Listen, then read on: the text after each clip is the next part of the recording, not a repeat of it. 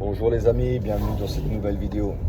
Et alors oui, en effet, j'ai pas fait de vidéo pendant 2 ou 3 jours, tout simplement parce que j'aime parler de terrain et pas d'informations à sensation, on va dire ça plutôt comme ça, et faire des vidéos rien que pour faire des vues.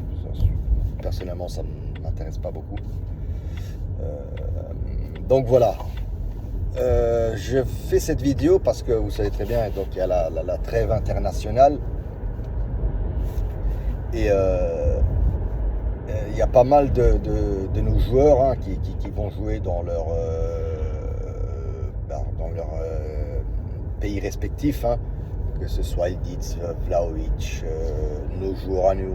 Cambiaso est retourné parce que à cause de son problème à la cheville, Gatti et tout ça. Donc pas mal de joueurs. McKennie, Weah est parti aussi. Enfin, à cause de cette trêve internationale, comme je l'ai dit. Et moi, j'attends de ces matchs-là de voir une chose, c'est comment nos joueurs qui jouent à la Juve, quel est leur rendement, quel est leur comportement dans leur équipe respective au niveau national. Parce que pour moi, ça va être le thermomètre, pour juger un peu, est-ce que c'est comment je vais dire, l'ambiente Juve qui est toxique en ce moment, ou si c'est vraiment les joueurs qui ne rentrent pas parce que tout simplement ne perfent pas parce que ils sont tout simplement sous-entraînés, ou je vais dire ils ne sont pas du tout en forme. Donc moi j'attends beaucoup de cette trêve internationale, vraiment pour voir un peu le rendement de nos joueurs, parce que si ils perfent dans leur équipe nationale respective, alors c'est qu'on a un gros, mais alors un très gros problème à la Juventus.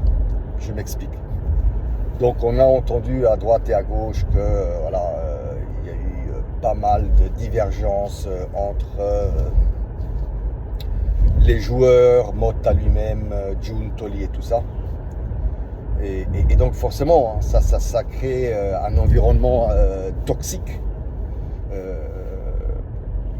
Giuntoli et Motta ne se parlent plus pour des raisons évidentes aussi, parce que ils ne se parlent plus depuis un mois et demi.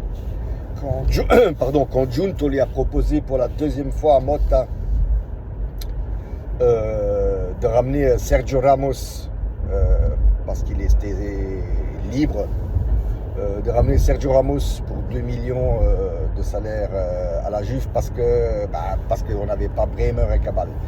Et Motta a toujours refusé un Sergio Ramos. Et puis bon, pour finir, après on a pris Kelly.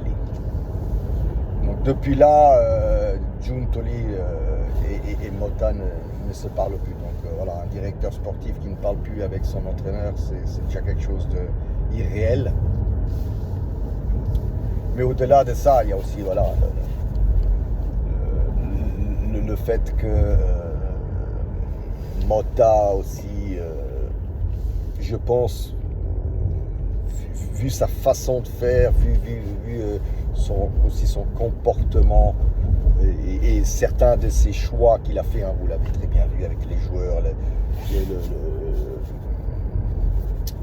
le brassard de capitaine, mettre des joueurs hors position, mettre des joueurs dans le banc pendant 3-4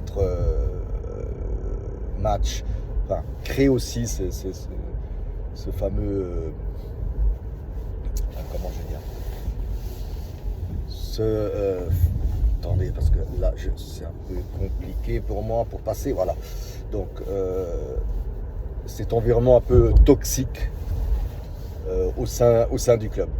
Donc voilà, c'était pour vous dire, j'attends beaucoup de cette trêve nationale, surtout pour analyser nos joueurs, pour voir le comportement, le rendement de nos joueurs.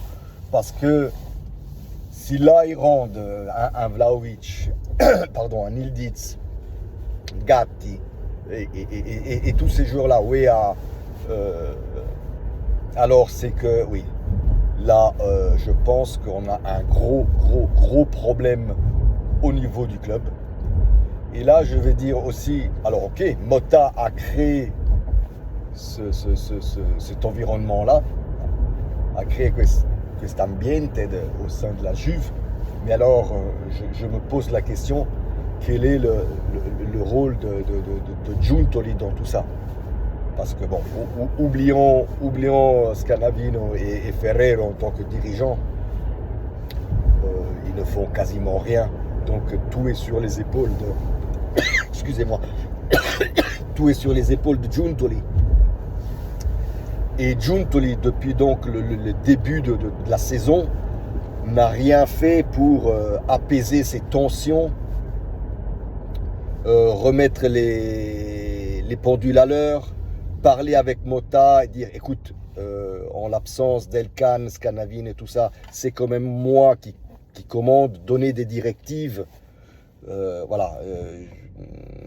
Il y a aussi une grosse part de responsabilité de Giuntoli de ne pas avoir pris au sérieux tout ce qui se passait depuis quelques mois à la Juventus.